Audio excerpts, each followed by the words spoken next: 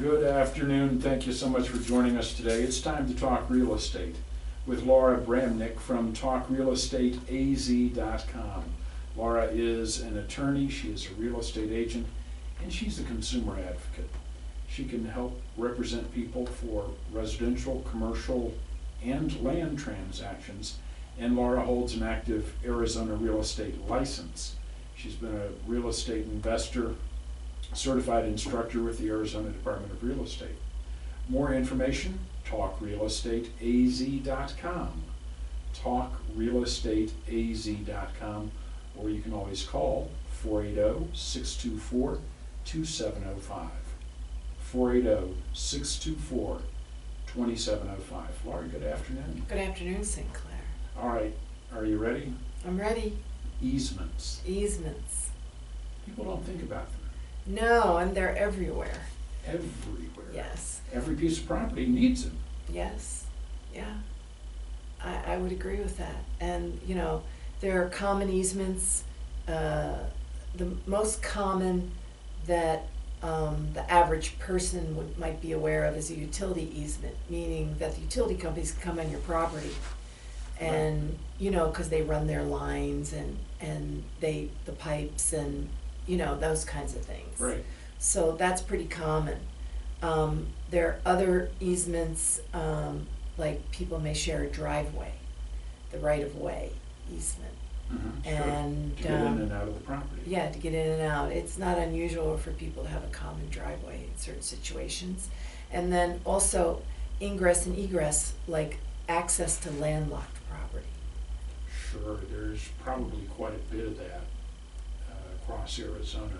Yeah. Property, there used to be really big lots of land Yes, that over time were sold off. yes, yeah. And then there's a smaller parcel somewhere, and how do you get to it? How do you get to it? You know, I see that quite often, not in planned communities, obviously, Right. but not all of us live in a planned community, and there's lots of open space in Arizona, and there's lots of parcels that were big and sold off to separate individuals. And So what if you have a landlocked piece of property? How do you get to it?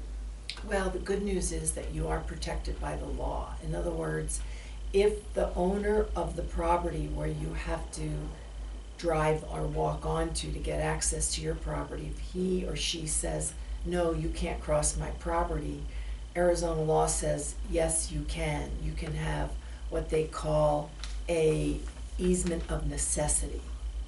And so that has to do with if your property's landlocked, you definitely have the right to have access to your property across another person's land. Now, you can't just each time take a different route, you know, if you're gonna drive over their land. You gotta be pretty So- reasonable about it. But yeah, so you have to try to resolve that issue, but that's what you're entitled to, because you cannot be landlocked. Arizona law has a solution for that problem. Okay, here's another problem that I'm thinking of. You mentioned maybe a couple of properties share a driveway. Yes, Important for each to get to their property. right. Potholes, something happens. Who is responsible for the repair and maintenance of that driveway? Well, absent a written agreement. Now, a lot of times if an easement is set up properly, you and I have talked about an ounce of prevention is worth a pound of cure. So A lot. in addition to the deeds on the easement, you should have a written agreement as to who's responsible for maintaining the land under the easement. So absent a written agreement, the general rule in Arizona is that the owner of the property that the easement is on is responsible for the repair and maintenance.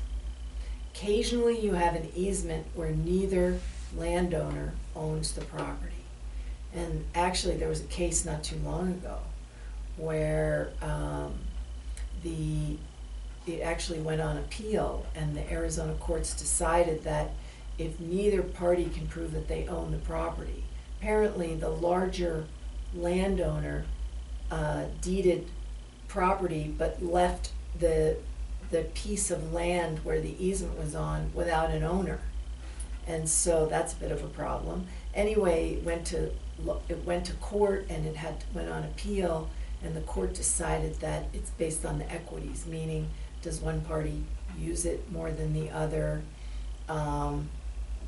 and those types of things. So you pay according to your usage? Basically, according to what the specific facts are of your particular situation. It's generally based on usage, but there could be other factors. Maybe your grading on your property is such that more water runs from your property onto the driveway. So, there's other issues. As you say, ounce of prevention is worth a pound of cure. So what do we need to know when we're looking at property, buying or selling? What do we really need to know about easements so that we don't have problems down the road? Well, first of all, the general definition is that it's the right to use land of another for a specific purpose.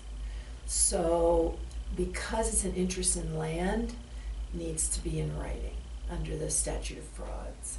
And it also can be an issue. Many people, if they buy or sell property, when they get their title commitment, they kind of skim over it, but that's where the recorded easements will appear. And so you can have restrictive easements, where you can't use a property for a certain use. You can have utility easements, you can have right-of-way easements, you can have easements, let's say, where I know that Money Radio 1510, they have radio towers. Well, most likely where their radio towers are located, they don't own the land, they have an easement to use the land, or they may have a lease on that. So, it's very common for businesses to need easements to operate. And the most common is utility companies, but there are other things like radio and TV stations as well. So it's important to get a written agreement.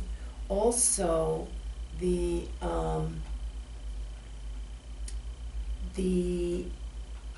prescriptive easement is basically won by adverse possession. And a lot of us are familiar with, you can get title to land that isn't yours if you have open and notorious use for 10 years or more. So if you've been using that driveway for Right. 10 or more years, Right. and doing it in the open, and there hasn't been a problem with you doing that, Correct. you can take title. You may be able to take title depending on the way it's been used, but the other thing is that you can get an easement. Now, So you can get an easement without the title? Yes, you can Okay. get a prescriptive easement, and taking title is a separate issue. Okay. So you can get title to land by adverse possession as well. But you can also get an easement. I bet you get a few cases every now and then that deal with issues of easement. Yeah, there are a lot of times where that piece is overlooked. Then you have subsequent purchasers who really don't want you to use their property for any reason. Yeah. And I've even had issues in planned communities where people fight over how many feet for the utility easement there is. You know what I mean? In other words, where's my boundary? Right. And there's usually 5 feet on either side, and that is where the utility easement is. So sometimes I've dealt with HOAs, they're not even really sure where the boundary lines are. And I've had to get a survey, which is very, very expensive. And that's where you can come in and help work everything out. Correct. Or announce a prevention penalty. Yes. Laura Bramnick, 480-624-2705, 480-624-2705, and find out more at talkrealestateaz.com. talkrealestateaz.com. Great info as always. Thanks, Laura. Thanks, Sinclair.